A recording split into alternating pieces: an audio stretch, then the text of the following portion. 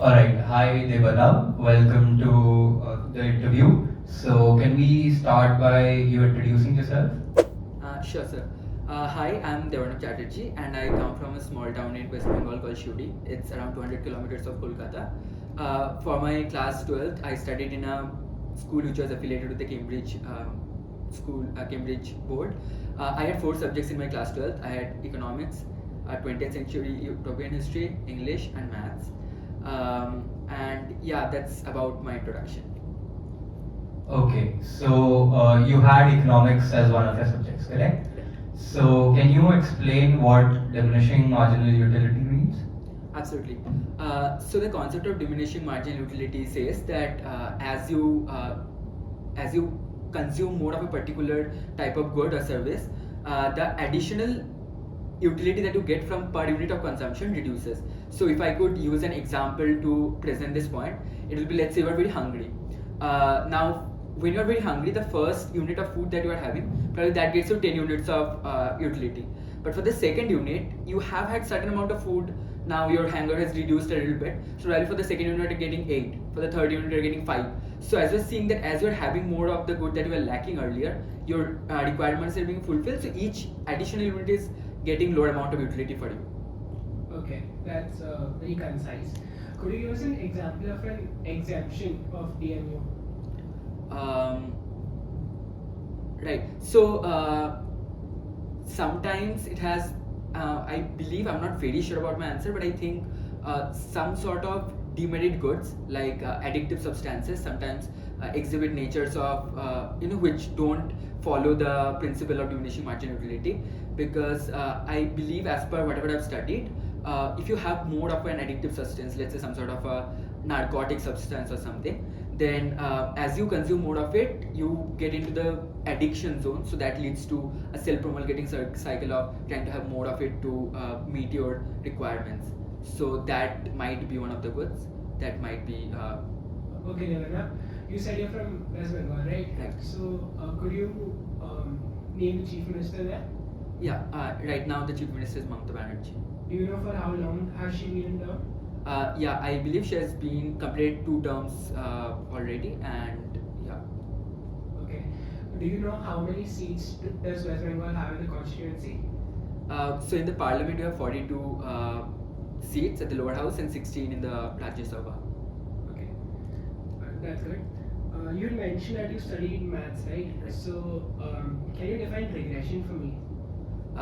Right. So regression is the concept of regression basically is a discipline where we try to understand if one factor is correlated to, or one or more factors is correlated to a final resultant factor that we're interested in. So for example, if I am to give an example, then it will be probably education. If I try to measure that, okay, what impacts education, there might be various factors that might be leading up to it.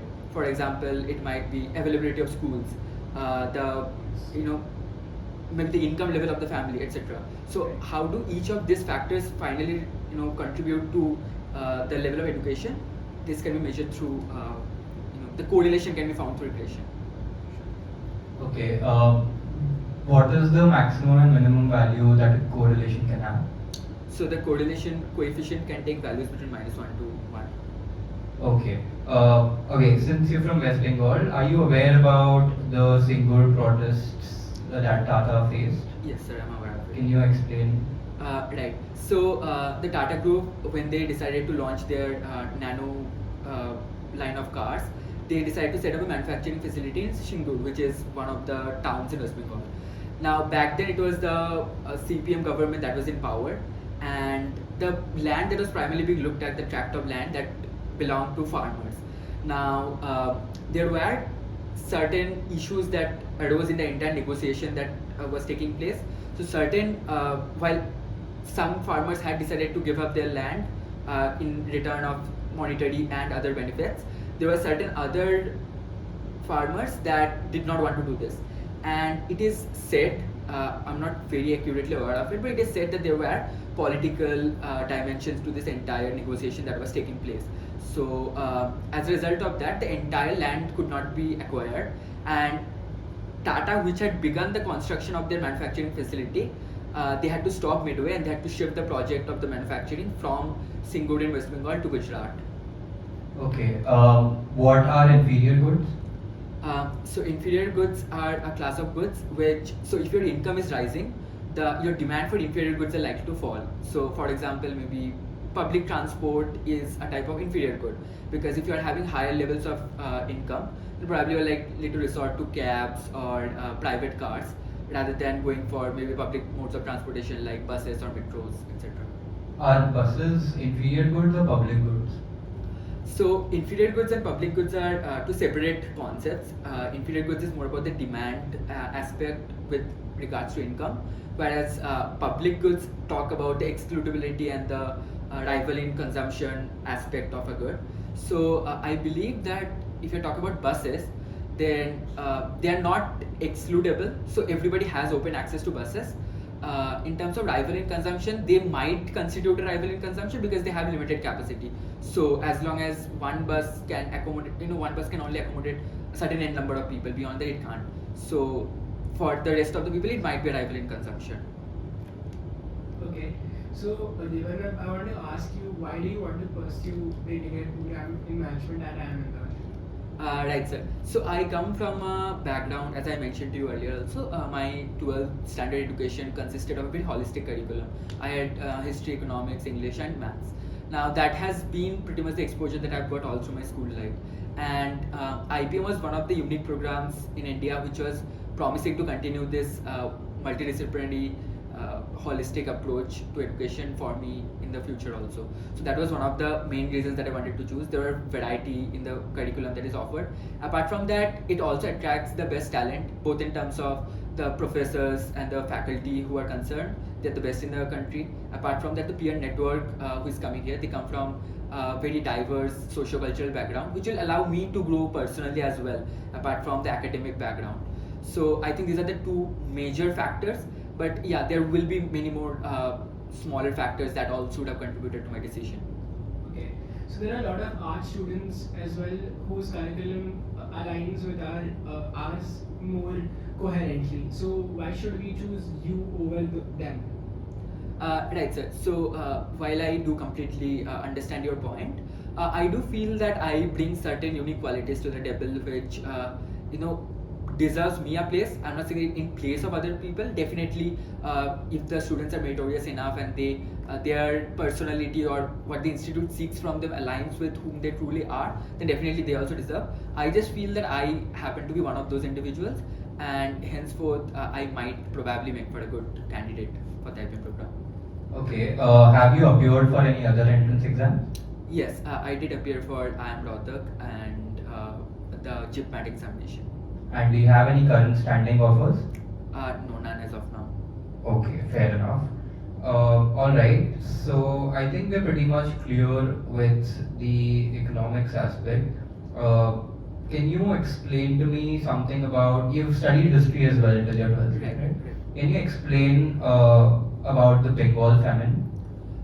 Right, so my history, as I mentioned, was around 20th century European history primarily, but I am very vaguely aware of the Bengal famine. So I'll just try to say whatever I know about it. So the Bengal famine, so when the Britishers were ruling India, that time they started focusing on high cash yielding crops. So that often came at the cost of the staple diet. So for example, in Bengal, the staple diet will be rice, wheat, that sort of stuff. But they started focusing on high cash crops, for example, indigo. And the problem with high cash crops were they often had a detrimental impact on the soil that they were grown on. So once they will be grown, after one round of cultivation, the land used to become highly infertile, which made it very infeasible for other crops to grow after that one round of cultivation.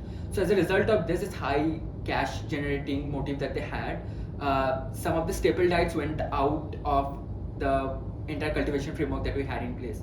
So the food supply reduced significantly, and whatever was supplied, that used to primarily be taken by the Britishers. So pretty much whatever will be left used to go to the Indians, which was very little at the end of it. So that was one of the reasons which caused the famine. Bengal famine will be one of the many famines that were caused in India at that time, but it was one of the most Could you name some cash crops? which you were mentioning, high yielding cash Right. crops? So indigo is the one that I have on top of my mind, but Are you sure? yeah, I'm sure of it. But if I do, I don't recall anything else. But if I do in the course of the interview, I'll definitely get back at it. Okay. So you mentioned that you studied European history, right? Right. Do you have any idea about fascism? Yes. Could you explain who perpetrated it and which region was it specific to? Right. So the fascism concept was primarily promulgated by Mussolini, Benito Mussolini, and the region that it primarily affected was Italy and the region of Europe at that time, and all the colonies of Italy that Mussolini further went on to conquer, for example, Okay. Abyssinia. So, do you have any idea about Marxism? Yes, I do have idea. About Can you Marxism. explain it to me in a very simple words? Right. So Marxism is a theory which says that everybody should get equal. Okay. So the fundamental tenet says that from each according to ability to each according to need. So if you can produce 10 units of crop, but you have, each person needs only 2 units of crop. So you should give 10 units of crop to the collective, but you should only get 2 units of crop in return. And let's say if there is a family of 2 people, then they should get 4 units. So it's an equal distribution among people. Okay. So can you connect this concept with what Aditya had talked about earlier, the Tata plant? Do you think that there is some aspect of Marxism in West Bengal which is going on? Right. So the CPM government back then, that is supposed to be a Marxist wing of the Communist Party, and that was in power that time. Now, the entire industrialization as a move, I do feel that trying to bring in industries and generating jobs, that's probably not very Marxist in nature, because you are at the end of the day, promulgating the profit motive of the corporates.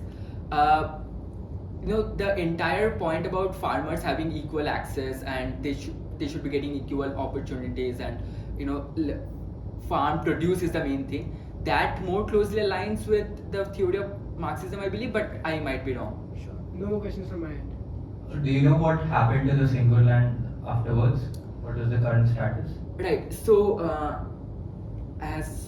I think 2-3 years back, they started breaking down the manufacturing facility that had already been built, and obviously the plant has shifted to the actual manufacturing facility has shifted to Gujarat, as I mentioned earlier, and whatever is left of the land, the buildings that had been built, that has started being broken down.